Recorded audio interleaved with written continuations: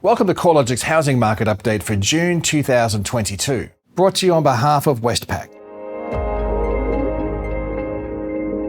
Housing markets lost more steam in May as a combination of higher interest rates, rising inventory levels, and lower sentiment dampened conditions. CoreLogic's Home Value Index showed Sydney and Melbourne dwelling values continued to record the most significant month-on-month falls, while Canberra recorded its first monthly decline since July of 2019. Although housing values continue to rise across the remaining capital cities, the growth rate wasn't enough to offset the depreciation in Sydney, Melbourne and Canberra, which pushed the combined capitals index 0.3% lower over the month. Elsewhere, growth trends remained positive in May, albeit with less momentum in most markets.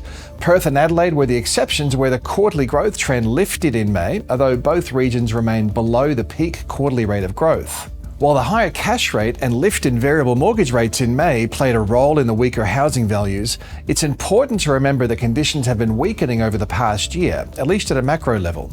The quarterly rate of growth in national dwelling values peaked in May of 2021, shortly after a peak in consumer sentiment and a trend towards higher fixed mortgage rates. Since then, housing has been getting more unaffordable, households have become increasingly sensitive to the higher interest rates as debt levels have increased, savings have reduced, and lending conditions have tightened. Add to that rising inflation and a higher cost of debt, and it all flows through to less housing demand. With the trend of growth easing across most regions over the past year, the annual rate of change has eased sharply over recent months, dropping to 11.7% across the combined capital cities, down from a recent peak of 21.3% over the 12 months ending January of 2022. Although regional Australia continues to demonstrate stronger growth conditions, it's also come off peak growth rates, with the annual growth trend easing to 22.1%, down from its January peak of 26.1% and likely to trend lower through the rest of the year. As the pace of growth eases across most regional markets, we're likely to see growth conditions softening in line with higher interest rates and worsening affordability pressures. Arguably, some regional markets will be slightly insulated from a material downturn in housing values due to ongoing supply and demand imbalances, as we continue to see advertised stock levels remain extraordinarily low across regional Australia. A combination of higher interest rates, housing affordability constraints, diminishing household savings, and lower consumer sentiment has also had a negative impact on home sales. Nationally, our estimate of settled sales over the 3 months to May was 19.2% lower than at the same time last year. The figures remain 12% above the previous 5-year average. However, it's likely housing turnover will continue to trend back towards average levels as interest rates normalise. Lower sales volumes are being accompanied by a gradual rise in advertised stock levels. Nationally, advertised inventory is 10% below levels from a year ago, but buyers in softer markets like Sydney and Melbourne have more choice and less urgency, and better leverage as advertised stock levels rise to above average levels. While housing value growth has slowed, rents continue to rise swiftly. Nationally, CoreLogic's hedonic rental index has increased by 1% in May, taking the quarterly rate of growth to 3%, up 60 basis points on a year ago. Rents are up 8.8% in the past year across the combined capital cities and 10.8% across the combined regional areas. For investors, yields are recording some upwards momentum amidst rising rents and a general easing in home value growth, especially in Sydney and Melbourne. Despite the upwards trajectory, yields remain remarkably low, but a recovery back to average levels may happen sooner rather than later if housing values continue to be outpaced by rents. The detail remains diverse from region to region. Sydney housing values moved through a 4th month of consecutive declines, with the magnitude of falls gathering some pace. Values were down 1% in May, taking the market 1.5% lower, or roughly $17,300 down on the January peak. As the market moves into the early phases of a downturn, sales activity is also fading, with sales activity over the past 3 months estimated to be down by a third relative to the same period a year ago. With a slower rate of absorption, advertised stock levels have normalised and are slightly higher than the 5-year average. With more stock to choose from, homes are taking longer to sell, discounting rates have risen, and auction clearance rates are trending at below average levels.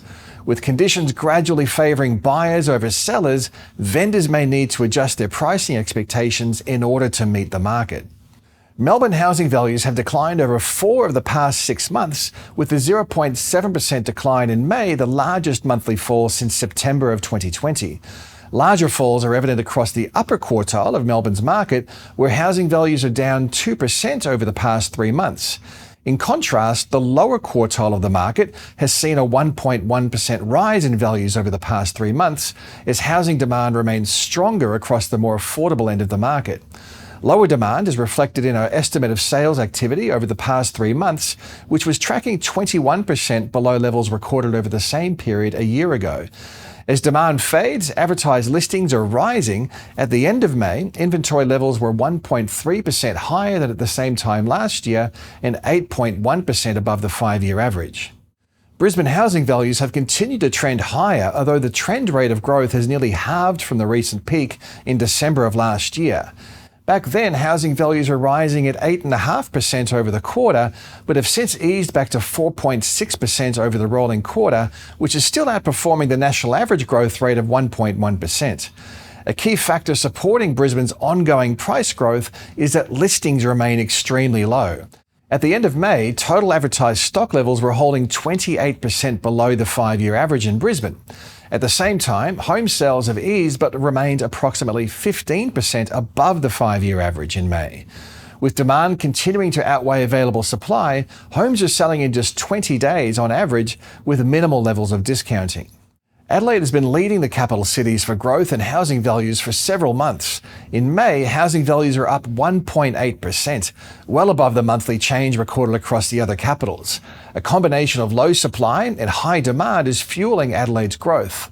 From the supply side, advertised stock levels were almost 40% below the 5-year average at the end of May, while on the demand side, home sales are estimated to be 32% above the 5-year average. Although prices are continuing to rise faster than any other capital city, there is some evidence that conditions are starting to slow down. The peak rate of growth, based on the rolling 3-month change in dwelling values, was recorded in January at 7.4% and has since reduced back to 5.7% over the most recent 3-month period. The monthly rate of growth eased in Perth, reducing from 1.1% in April to 0.6% in May. The lower monthly growth rate is a surprise, considering advertised listings trended lower through the month, to be down 18% on levels recorded a year ago, while estimated sales activity increased over the month, to be roughly in line with levels a year ago. With a median dwelling value of $555,500, Perth is the most affordable state capital. Along with an extremely tight labour market and strong economic conditions, the affordability advantage of the Perth housing market should help to keep a floor under housing demand as interest rates rise. The pace of growth across Hobart has been easing since the city moved through a peak rate of growth in July last year. At that time, housing values were rising at the rolling quarterly pace of 8.2%, but that figure has since reduced back to just 0.3%. A key factor in the softer growth rate is a sharp rise in Hobart listings, up 30% on last year.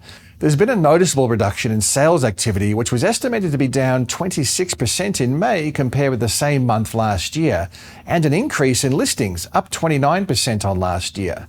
With available supply starting to outweigh demand, we could see the Hobart market weakening further.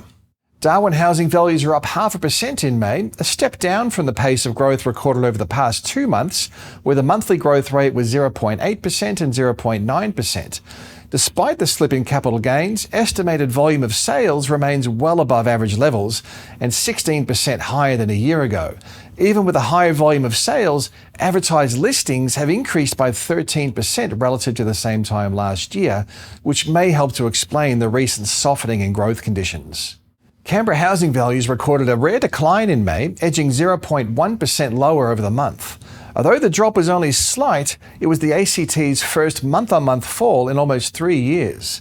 Rather than a blip, this market softening looks to be a continuation in the slowing trend that's been evident since a peak rate of growth was recorded in August of last year. Housing values were increasing at the quarterly pace of 7.3%, but have eased back to 2.2%, with the potential for a further softening in the growth trend over the coming months.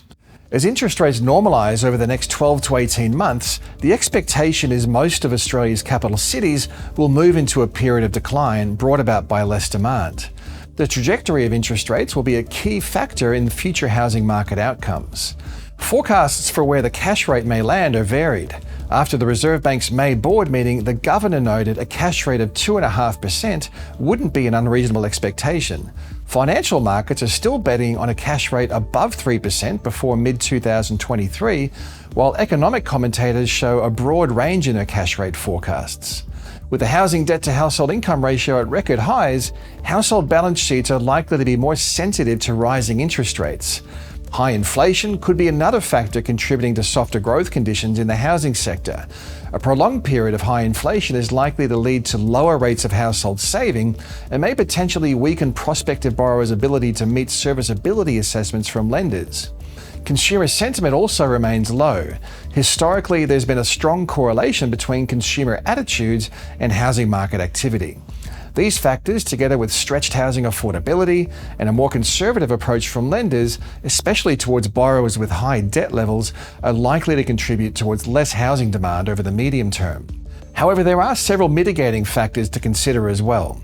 Labour markets are tightening, sending the unemployment rate to generational lows and placing additional upwards pressure on wages growth.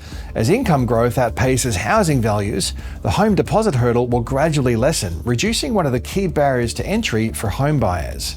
Strong labour market conditions together with a growing economy will help to contain mortgage arrears and mitigate some of the risk of a surge in forced sales, placing additional downwards pressure on housing values. Mortgage stress should also be minimised to some extent by mortgage serviceability assessments at the time of the loan origination. All borrowers have been assessed under a mortgage rate scenario at least 2.5 percentage points higher than the origination rate. And since October last year, borrowers were being assessed with a buffer of at least 3 percentage points. Under these serviceability scenarios, it's reasonable to expect borrowers should be able to accommodate higher mortgage repayment costs, although such a rapid rate of inflation could create some challenges for borrowers with thinly stretched budgets. With the RBA set to steadily raise the cash rate through to the end of the year and into 2023, we're likely to see falls in housing values becoming more widespread as mortgage rates trend higher. As these trends evolve, we'll be keenly reporting on all the twists and turns in the market at the research pages of CoreLogic.com.au.